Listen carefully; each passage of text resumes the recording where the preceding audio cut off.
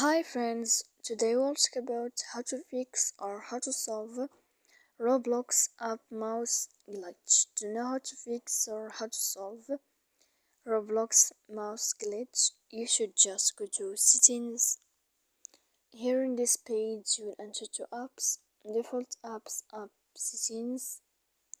When you'll find this page you will enter to Roblox. Here in this list of app info you will click on first stop and you will click OK. Then you will enter to storage. Here in this list you will click on clear cache, and in the end of all these steps then you can turn on your phone. So please don't forget to support us by like and subscribe. See you next time in another video, and thank you for watching.